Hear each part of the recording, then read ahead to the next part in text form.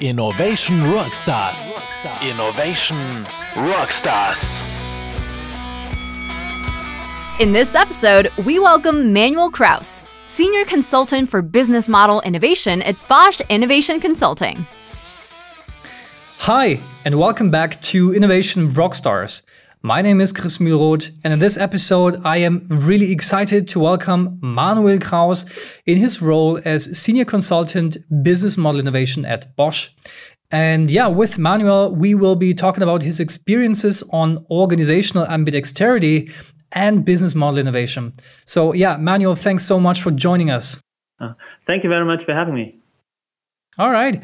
So as always, let's kick things off with a short 60 seconds introduction sprint. And this sprint is all about you, your career, and your current role at Bosch. So I do have the digital stopwatch with me. So for the next 60 seconds, the virtual stage is all yours. Let's go. Yeah, my pleasure. Hi, my name is Manuel Krauß. I'm Senior Consultant Consulting at Bosch Innovation Consulting.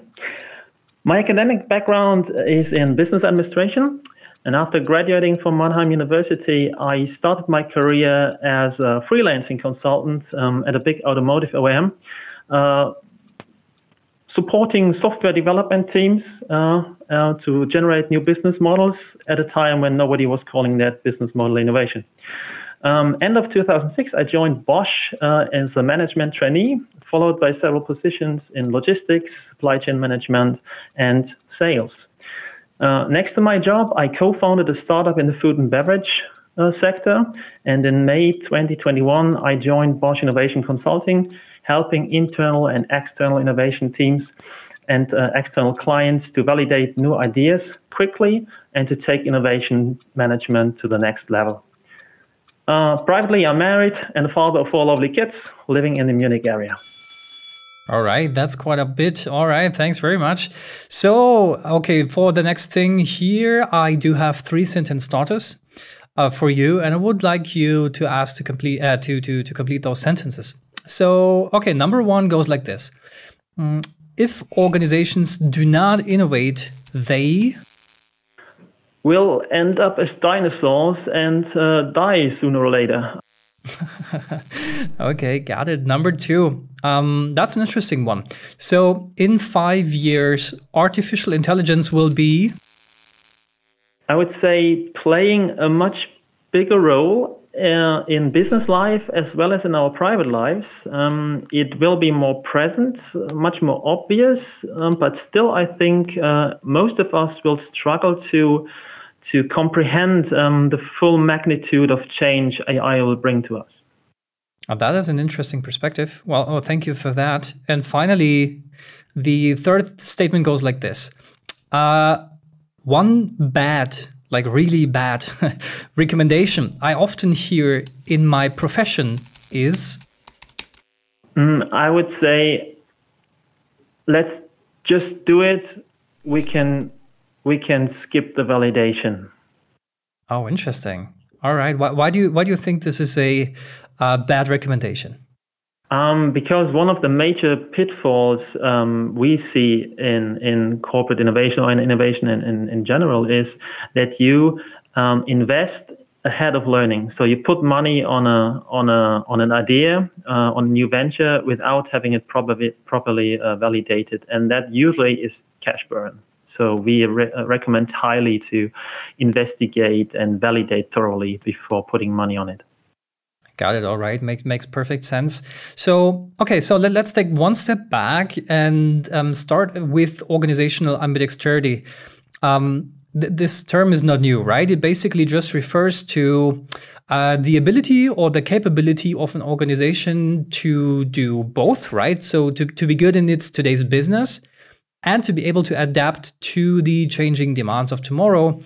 You can also put this differently and say, well, the 2 sides of the ambidexterity also referred to as exploitation, right? So the existing business where innovation can happen, obviously too, but maybe it's more often found to be rather incremental, and exploration.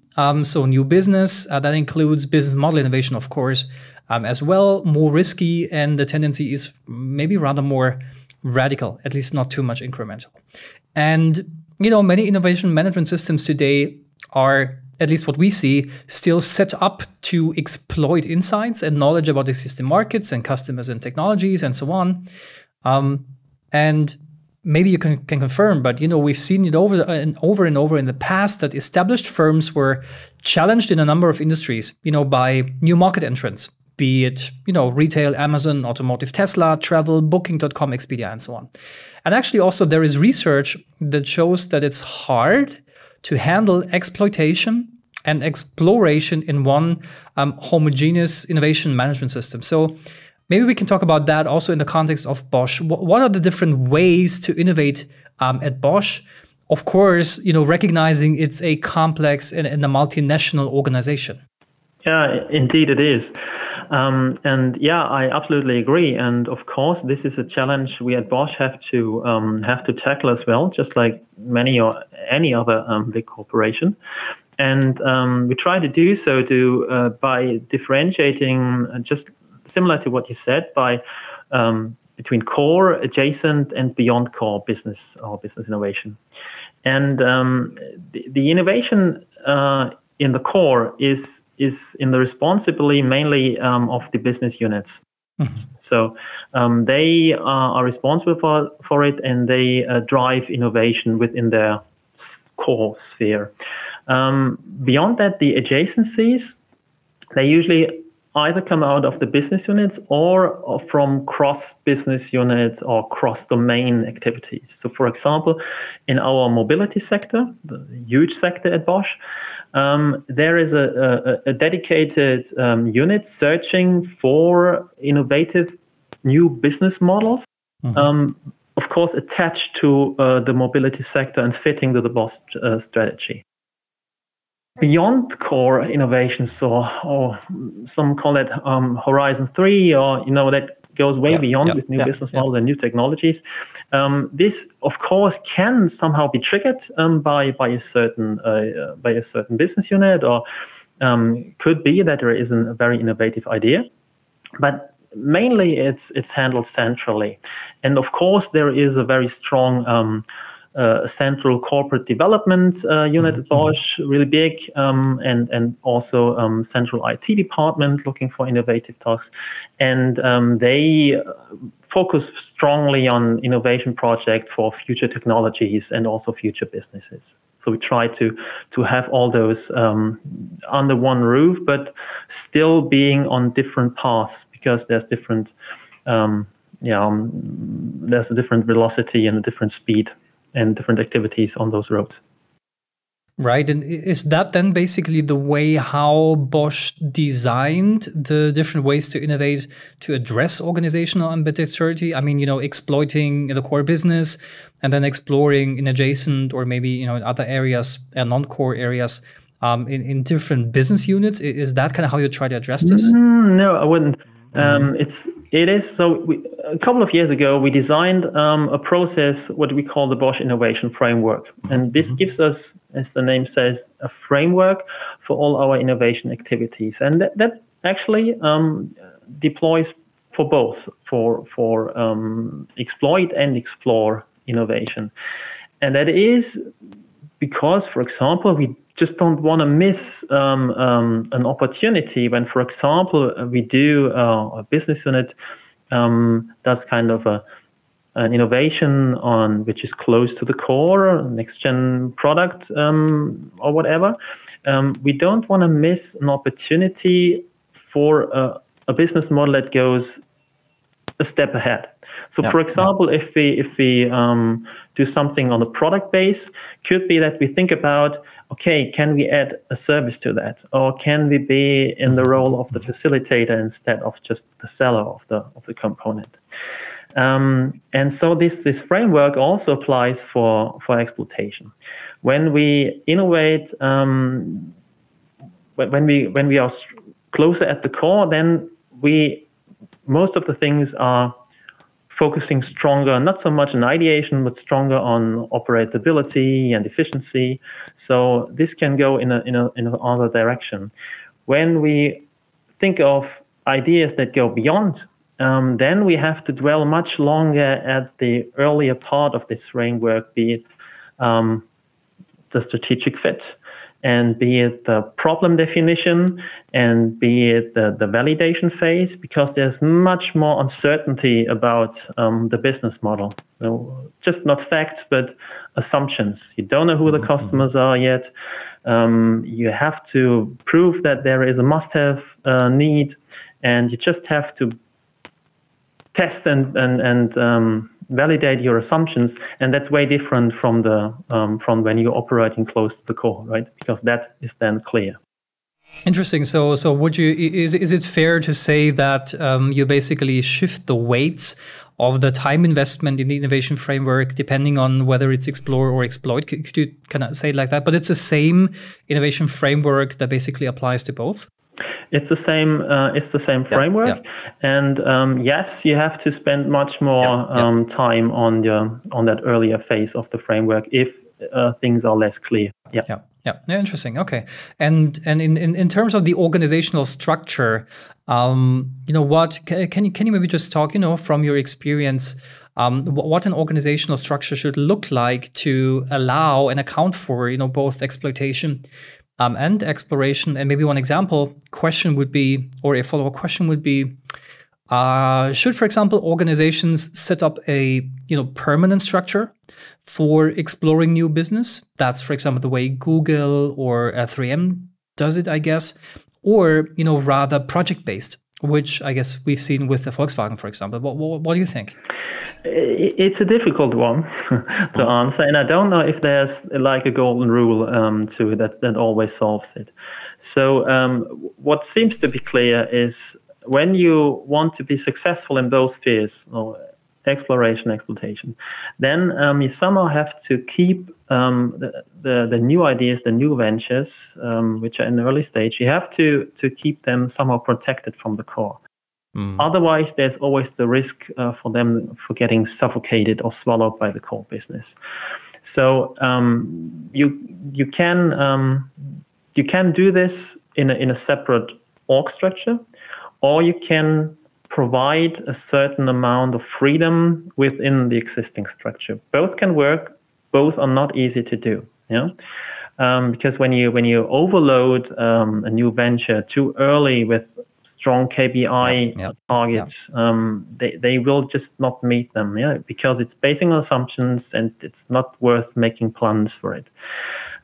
Pressure gets too high, and the weight of the core is so much higher and so stronger that the smaller ones, they will get diminished. On the other hand, what you do want to do is that you still, even if you kind of separate those units, and for example, in Bosch, we have a platform called a separate unit called Grow for certain projects, not for all. When you want to do this, then you still want to use the synergies, and you want to make use of the assets you have as a corporate. So your market power, all your production capabilities, all sales channels you have, and all that weight, all that advantage big corporations have. The new venture should somehow be able to make use of those, but don't get fully incorporated at once. And this is difficult to do. I don't think there's an easy answer to that question. Yeah, most probably this is a case-by-case decision, right? Is there any good, way to decide? For example, you say there is a specific program in Bosch, called Grow, as you say, right? So, how do you decide, which path or which route a possible venture should actually go? Is there a set of rules, or is it indeed a case-by-case decision by maybe a portfolio manager or something? No, it is a case-by-case decision, and one trigger to decide is we always look for the strategic fit of that new idea, and we do that very early on, because if there's no strategic fit to Bosch, to the company, or to any business unit, then it's highly unlikely that it ever will scale within Bosch. And we usually, or we don't aim at spinning out ventures. Could be the case, but we usually don't do it. And so if there is a strategic fit and if there's a business in it, so maybe it's more the adjacent business, or could be even more than adjacent, but very good fit to an existing business unit, then this usually would be funded and supported and stays with that unit. Yeah, and there's no need to put it on a separate lane. If to grow, for example, if it's several if it applies, the idea applies to several business units, it's more complicated. Or if that's really something new for Bosch, then it might be a good idea to have them separated for a while. They stay there 2-3 years to get market traction and see if it really works out, and then look where to reintegrate them in the best possible way or to spin them off. So it's another option, and it depends on the maturity, on the strategic fit, and on other factors. Yeah. Okay. And when we talk resources, so maybe we can quickly discuss two, resources, one financial and also human resources. On financial resources, obviously you don't need to, name any numbers, like real total numbers, but on the funding in general, is there, I don't know, do you put aside an annual innovation budget? Like, okay, this is basically a pot of money for financial, and then the business can basically, or the ventures can basically, request certain funds at a certain stage, or is it more fluid on the financial side? And what's kind of the operation look like? Well, I think it's differentiated within Bosch. So of course there's funding and budget for everything that is out of corporate research, right? So future technologies and so on. Within business units or divisions may have their own funding budget and for innovative ideas, and let's say for some occasions or for some strategic topics, there might be a central budget for certain new businesses or for certain directions Bosch wanna go to. But that is kind of, as you said, fluid, and it's in responsibility of the business units to fund their ideas. Yeah. Okay, makes perfect sense. Yeah. And now on the human resources side, how to find and where to find the right talent for this? Is it that you are, for example, marketing this quite a bit internally, and that you actually get a lot of, let's say, inbound requests to be maybe part of the programs, that you also collect, ideas or possible ventures? Or, if you want to basically scale this, then once you say, well, the hypotheses and all this stuff we did in the beginning, the validation was positive. On staffing, how to find the right talent within Bosch? Well, as you said, we promote it internally. Okay.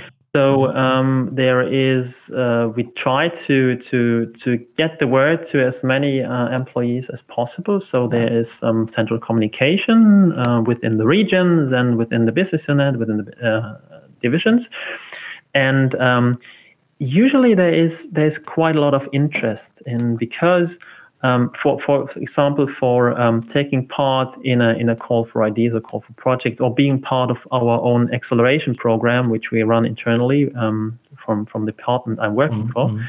And there usually is a high interest, because that's something different from the day-to-day business of the most employees.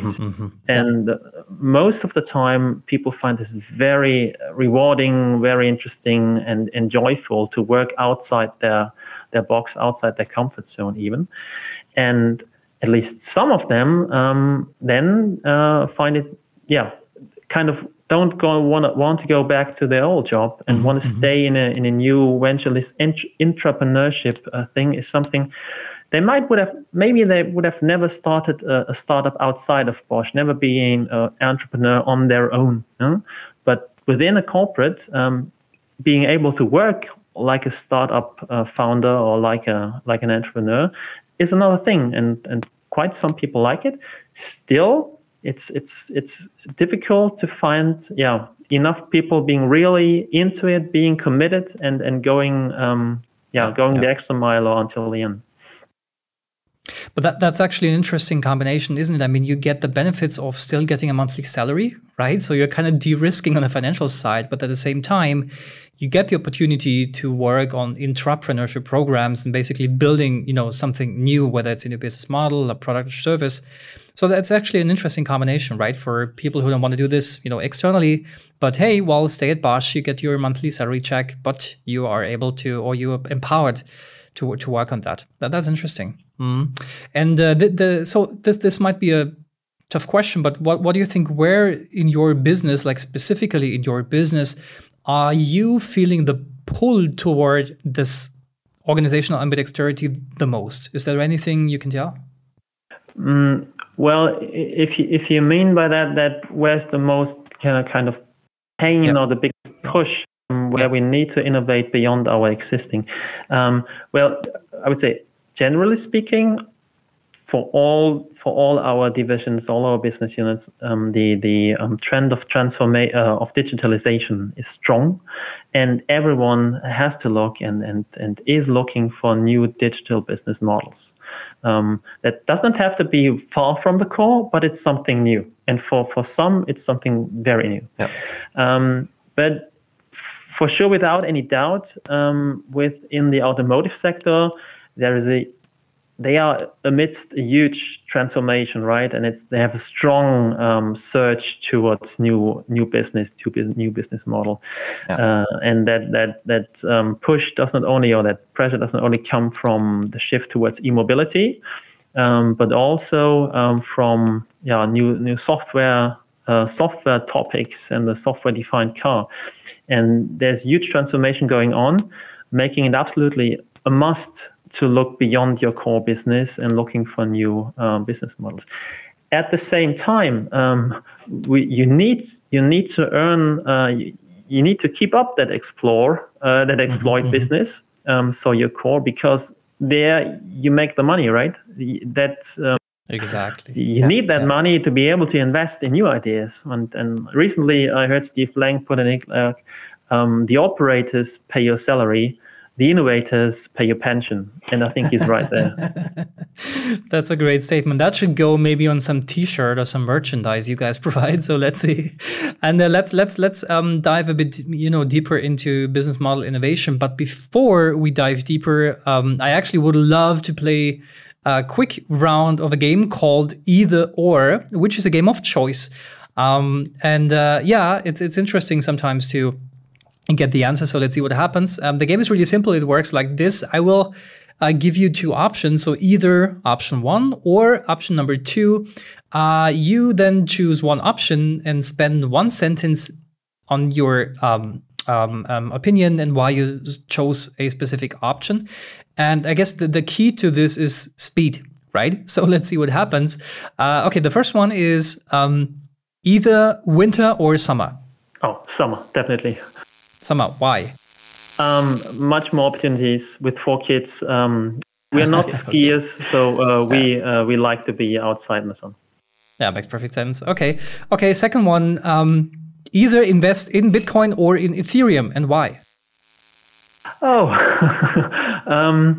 not investing in one of those, but I think I would go for Ethereum, as Bitcoin seems to be so much volatile and triggered too much on tweets by Elon Musk. Interesting. Okay, interesting perspective. Okay, and the last one, if you could decide, would you either run a country or a business? I think a business. A business. Because running a country might be interesting as well, but I think you're kind of so much pushed by worldwide circumstances you can't influence. Maybe I would go for the business. Okay, let's go for the business. Well, thank you. Interesting answers. And okay, let's go back finally to the core, to the business model innovation topic of this episode. You already mentioned quite a bit, right? And out of many ways how to innovate at Bosch, you specialized in business model innovation, right? So when we think of a definition, specifically, an easy, clear, concise definition, how would you define, business model innovation exactly? Maybe not so easy, but there are several definitions out there. I'm sure. We use a lot of Osterwalder's 9 blocks canvas, but for the definition, I would rather go with the St. Gallen model with 4 quadrants or 4 aspects, and you can describe a business model with those 4 different segments, be it that the customer in the center, and then there's a kind of what they call magic triangle around it, and the corners of the triangle are the what. So what do you offer for the customer? The how do you create value, and the value generation. So where does the profit come from? And then the definition is if you change or innovate in at least 2 of those 4 aspects, customer or value generation and so on, then we talk of business model innovation. Got it. Okay, well that's a framework you can basically work with. That's very nice. And when you think of specifically, in corporates, in large corporates, as Bosch obviously is one of, right? What do you see are really mission critical barriers and challenges of innovating business models, so of business model innovation in those corporates? Quite a few. And what we see is also from the look outside of Bosch that corporate companies do struggle to bring new ideas from the beginning, so from the ideation phase to really all the way through a new business with a repeatable, scalable, and profitable business model, and then really scale it. So usually, at least from our perspective, there's not a lack of ideas. We see that there is plenty of ideas out there, and the employees within the corporate do have a lot of ideas. Picking them up and then do a proper validation and then incubation before you put a lot of money on it and burn it maybe, because you can't pick winners is one of our claims. So you do not know at the beginning if that's a good idea or a bad idea. So you have to find out, and corporates struggle with that. And even if you have then validated an idea, and I think that is maybe the biggest challenge then, is that question how to integrate that validated idea into your main business, or how to bring it to a scale business of some magnitude with some impact. That is rare that companies strive in this discipline. And why do you think it's specifically hard to incorporate those ventures or those projects or small businesses actually into the organization to scale up, to ramp it up? Why do you think that is? Because one reason is that it requires a strong management focus, top level management focus, not in a sense of micromanaging those ventures, but for providing them the freedom they require to flourish, to come up. And way too often there are a lot of Tushman, O'Reilly, and Binns call those the silent killers of innovation. So there's existing processes, there's existing regulations, there are decision chains that are so long and take so long that for a new venture, it's just not the right atmosphere to have enough speed to being agile and being innovative. And to manage this is not easy. And also, you do need kind of skilled people. You do need some expert knowledge how to do this innovation work, how to validate ideas, how to conduct interviews, how to derive your learnings out of your validation work in order to say, this is a good idea or this is a bad idea. And actually, many companies struggle to kill a bad idea. There are a lot of what we call dead horses out there. So new ideas, not so new anymore, ideas being around for 2-3 years in a corporate, still not having market traction, still existing because no one has the guts to say, no, we stop this. And there's a framework.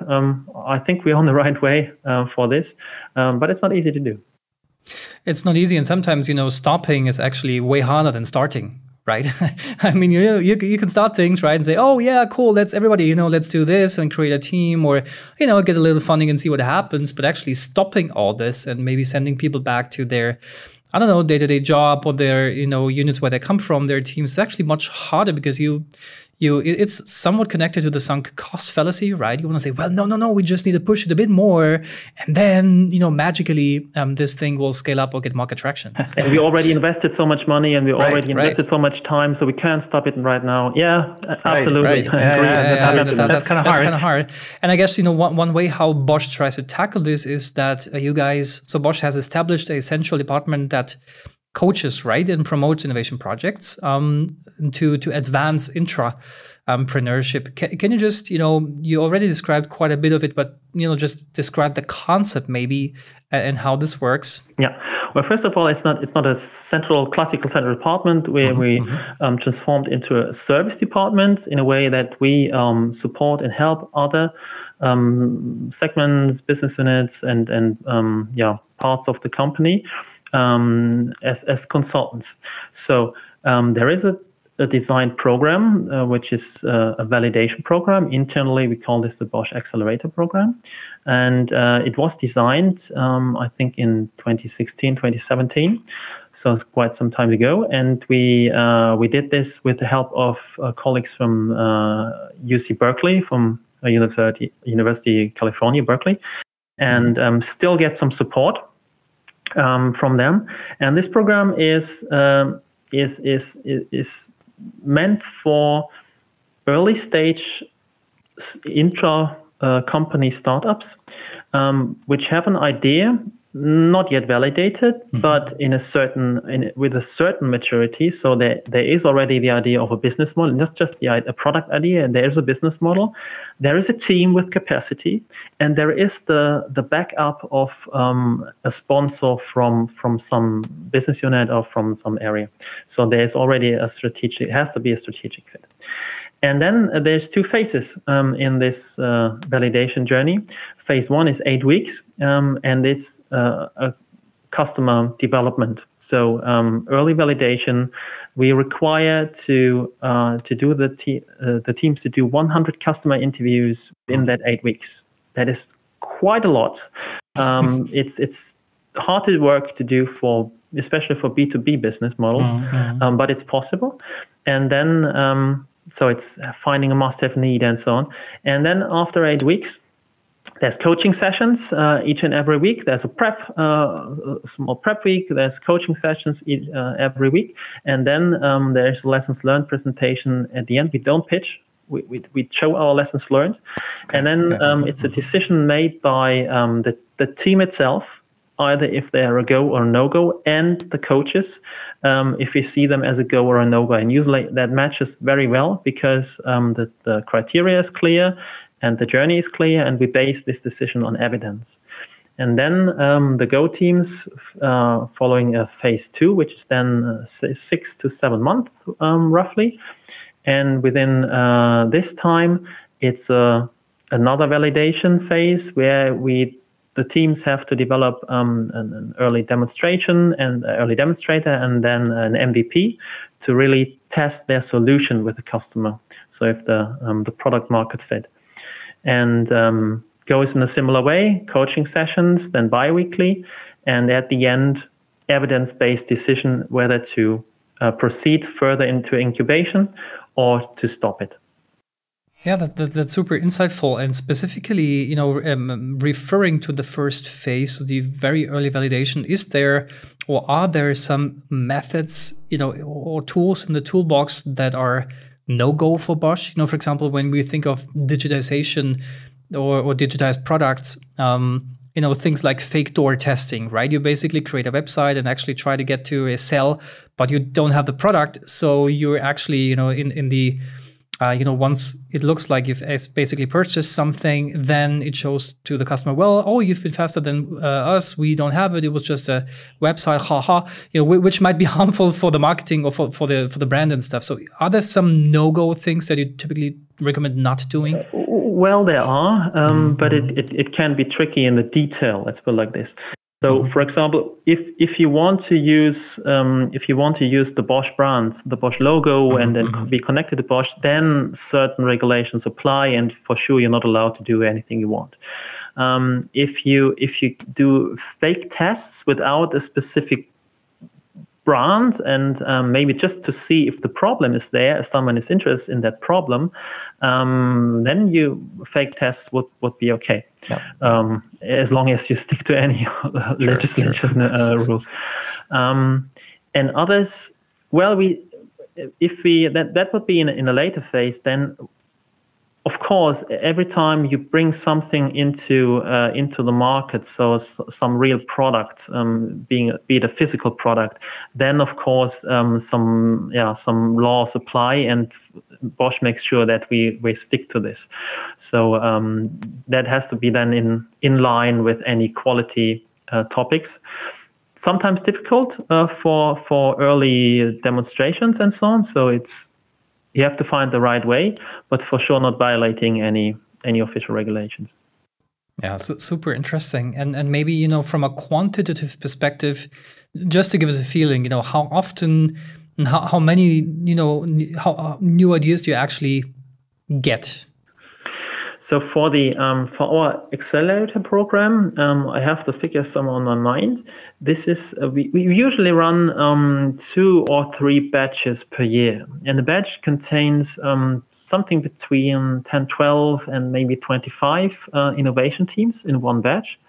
As it is a global program, we have to usually split up within this batch due to time shift issues. So Asia, Europe, and Africa and America, it does not well fit into one time zone if you make a call. But that would be 2-3 batches of this size. And then we have something in addition beyond that batch systematic for teams to what we call a walk-in format. So every team that qualifies for the program can come whenever they want, and if we have enough capacity on the coach side, they can do at their own speed the same curriculum, but at a different timing. And if you count it up, that would be something like maybe 50 teams a year, maybe more, within our accelerator program. But as Bosch is very big and regionally spread and complex company, there is not only one innovation program called the Accelerator Program, but there are some others as well in parallel, which we support, and there are some more ideas out there.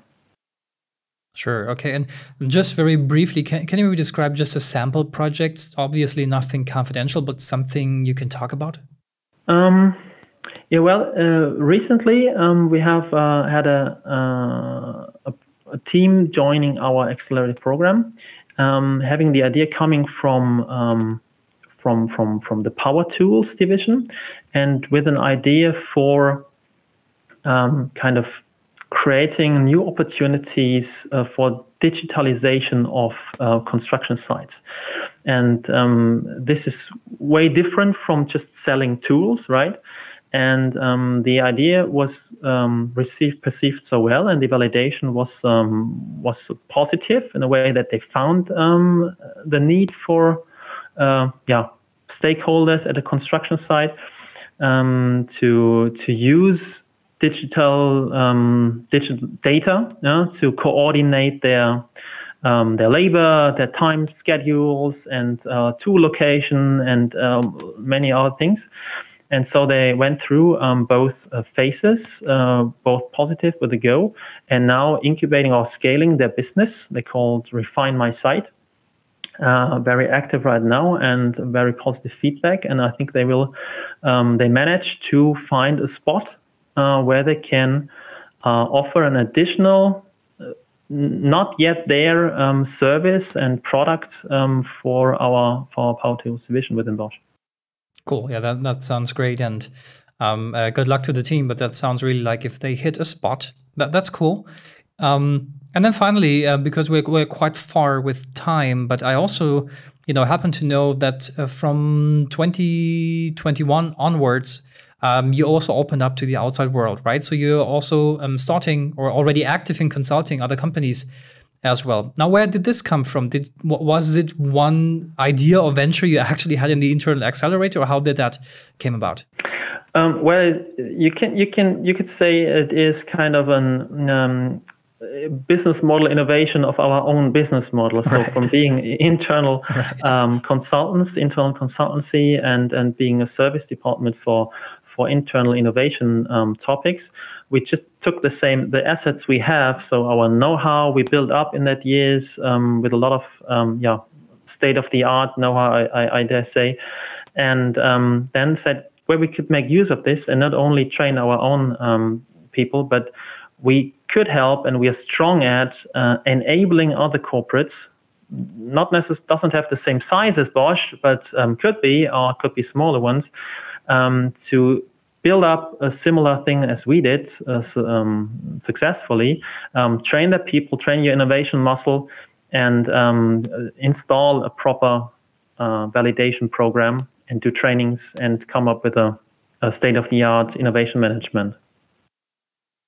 Yeah, and how this was built, so this is going to be a little cliffhanger, right? But how that was built and how the approach actually differs from other approaches, that is something that we will talk about in a second part with more of your colleagues. So that's not for this episode, but the second one. So if you're interested, tune in.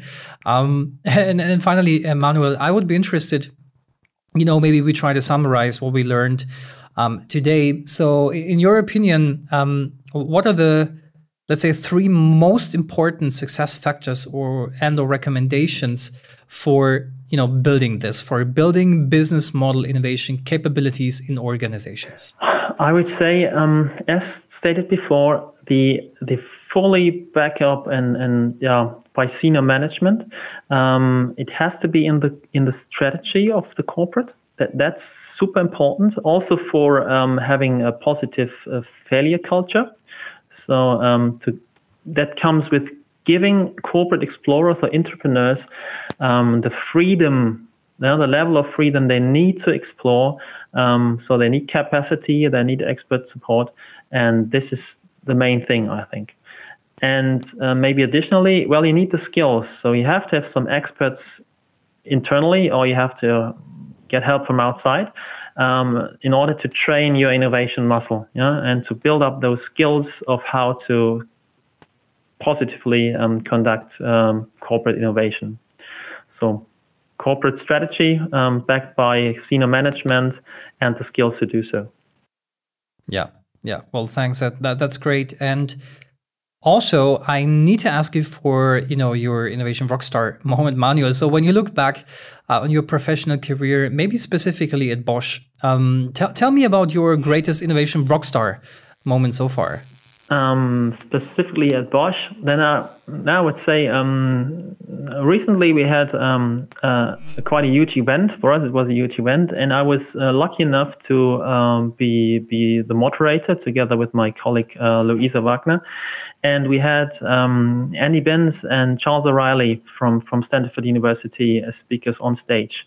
And Charles O'Reilly being one of the authors of Lead and Disrupt and Corporate Explorer, being the godfather of ambidextrous organization, being on stage with him, discussing face-to-face the challenges of corporate innovation.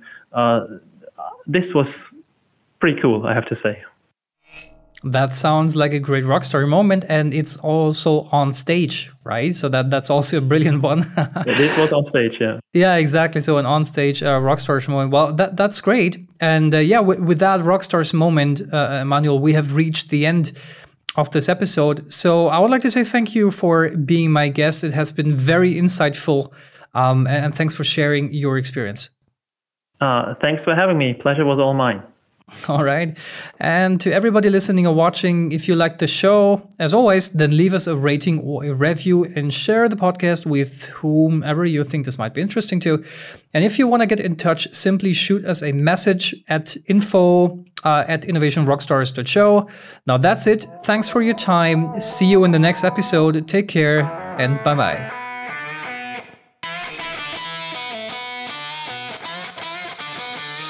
This was Innovation Rockstar Manuel Krauß from Bosch Innovation Consulting on organizational ambidexterity and business model innovation. If you would like to give us feedback on this episode or know someone, perhaps yourself, who also has some thrilling stories or insights to share from the world of corporate innovation, just shoot us a note at info@innovationrockstars.show. You like the show? Then leave us a rating and recommend it to others. For more inspiring innovation stories, visit our website at www.innovationrockstars.show or browse through our Innovation Rockstars channel on all major podcast platforms.